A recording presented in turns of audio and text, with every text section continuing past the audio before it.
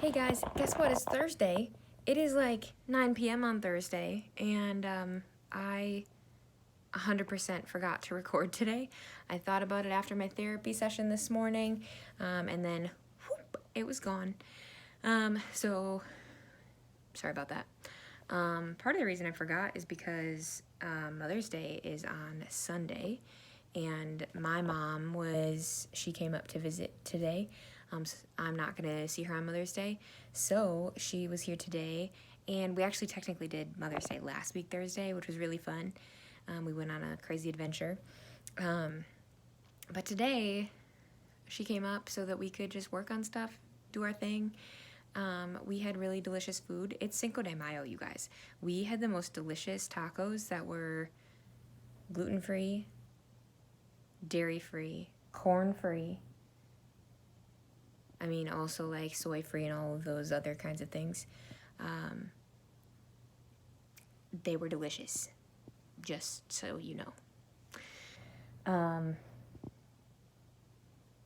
Yeah, they were so good.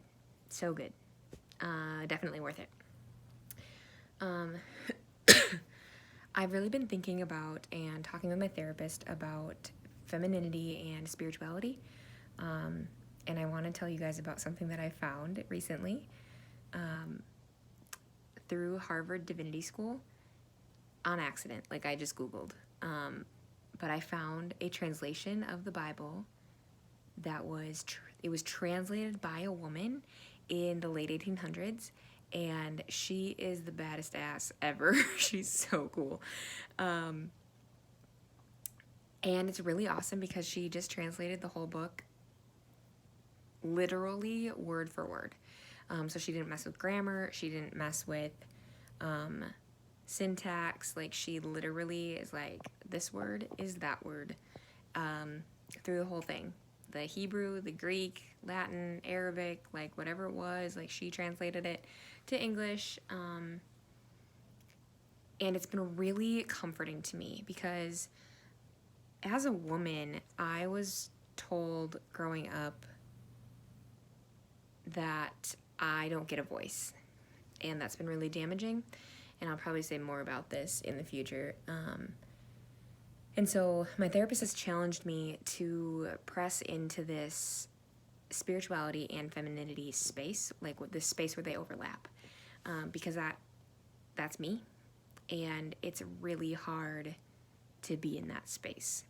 And so I found this translation of the Bible, and it's brought me a lot of comfort. Reading the Bible has been really challenging for the last couple years because it's been this process of identifying, like, oh, these are all these things that are trauma, and that freaking sucks. So, like, some of my favorite verses or translations, or whatever, from little things to big things, can just be really triggering. And reading this version of the Bible translated by a woman in the 1800s, so it's like 1800s English, which is like real confusing some days, because hi, this is 2022 and we don't talk like that anymore. But it's been good, and it's been able to like keep my whole brain occupied. So I like to read it before I go to bed because it occupies my whole brain, and then I can actually go to sleep as opposed to swirling things around in my head all night. So it's been really helpful.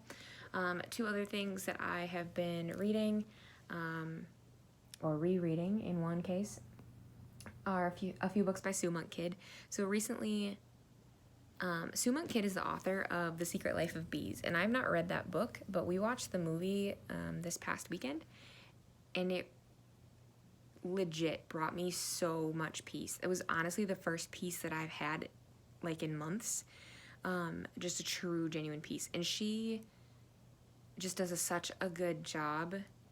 And the producers of that movie, Jada Smith was the executive producer, and they did such a good job of showing Sue Monk Kidd's book, and Sue Monk Kidd does so well to show that the abuser is still human. She just shows so much humanity in each person, their pain, their joy, just all the pieces, and it's beautiful. So I'm really excited to read her other books. I have already read the Book of Longings, and this is a phenomenal book. And it's really helped me with my spirituality and my femininity. She writes a fictional book, the Book of Longings, it's from the perspective of someone who is Jesus's wife. And the Bible doesn't say he had or didn't have a wife. It's not here, it's not there. But it's from the perspective of a woman who is his wife. And it has been so healing. She is such a powerful character, and really helped me step into who I am and be willing to go down this road of being a woman who wants a deeply spiritual life.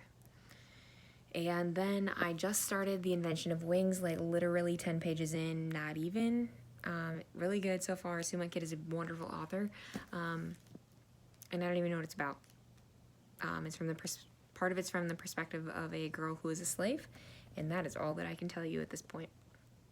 But it's Sue My Kid, so you know that it's about tender, deep things, and it's phenomenal. So those are some of the things that I have been reading and exploring, and I really think that it's important that we explore these parts of us. And I think I want to say more about this next week, more intentionally next week, because today it was like, I'm going to go to bed. It's 9 p.m. and it's Thursday. I didn't do a podcast. Hold going to bed for just a second. So I'm literally sitting on my bed recording this with these things that I typically read before I go to sleep. So I hope you guys have a good night. I hope that you have a great weekend and celebrate your moms. And if you have a really difficult relationship with your mom, I want to say that you can celebrate people who have been figures of motherhood in your life. You can celebrate